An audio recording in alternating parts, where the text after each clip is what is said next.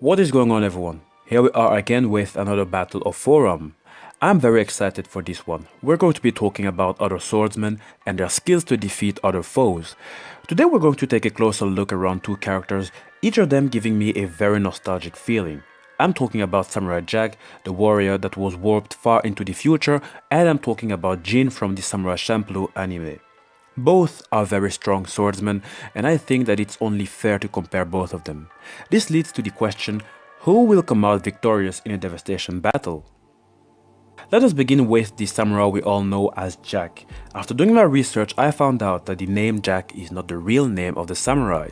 His real name is actually unknown, and it will remain a mystery as to how it come that he is called Jack. The samurai is known to be unfailingly kind and generous.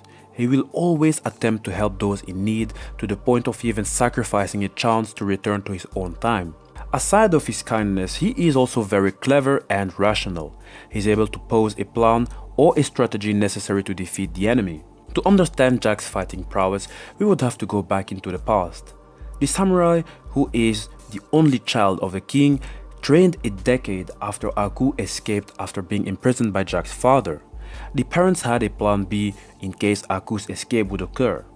They passed all their hopes to Jack. His mother took him to a Japanese ship in order to train in various fighting styles from different countries. The ship took Jack to Arabia, where a sheikh taught him to ride horses. He also had numerous sparring sessions probably. From there, he was taken to Africa, where he was left with a tribe who taught him the art of fighting with a staff. After reaching proficiency, he was brought to Egypt, where he was educated by the best scholars.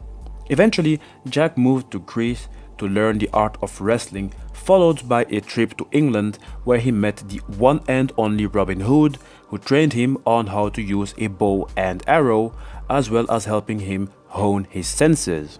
Afterwards, he traveled into Russia, where he was trained in the art of axe throwing. After Russia, he went to Mongolia, where he was taught combat on horseback.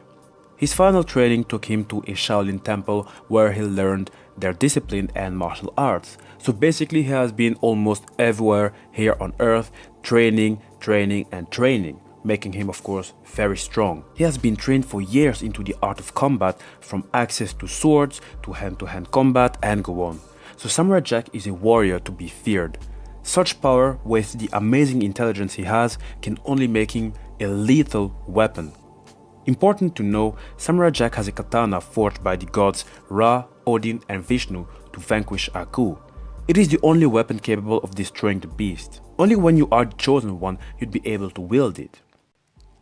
To resume, Samurai Jack is a master archer, a master marksman, a master martial artist, a master melee fighter, and a master swordsman.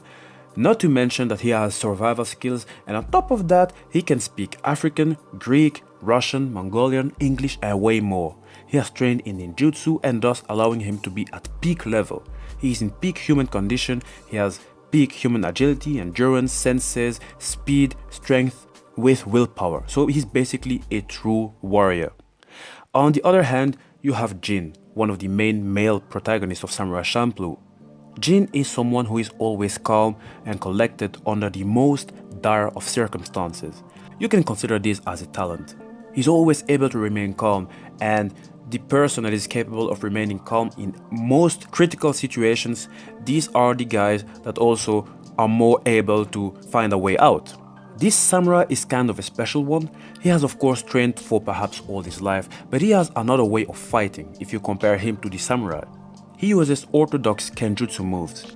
And kenjutsu, if you don't know, it is simply said the art of sword mastery. Jin relies a lot on technical skills, on which he is extremely proficient. In his respective world, the world of Samurai Champloo, he is one of the most accomplished swordsmen. He does seem to be incapable of picking up skills with ease. For that, he learns about the opponent's philosophy in order to determine their strengths and their weaknesses. Jin goes about with his own fighting style and is reluctant to accept taking on new fighting styles, which means that he has been able to perfect his fighting style to its maximum potential. Of course, if you have been using the same fighting style for all these years, it can only make you a pro in that same fighting style. And with that experience, it leaves very little margin for errors in observation and anticipation. So he's going to be able to observe and anticipate a lot of Samurai Jack's movements.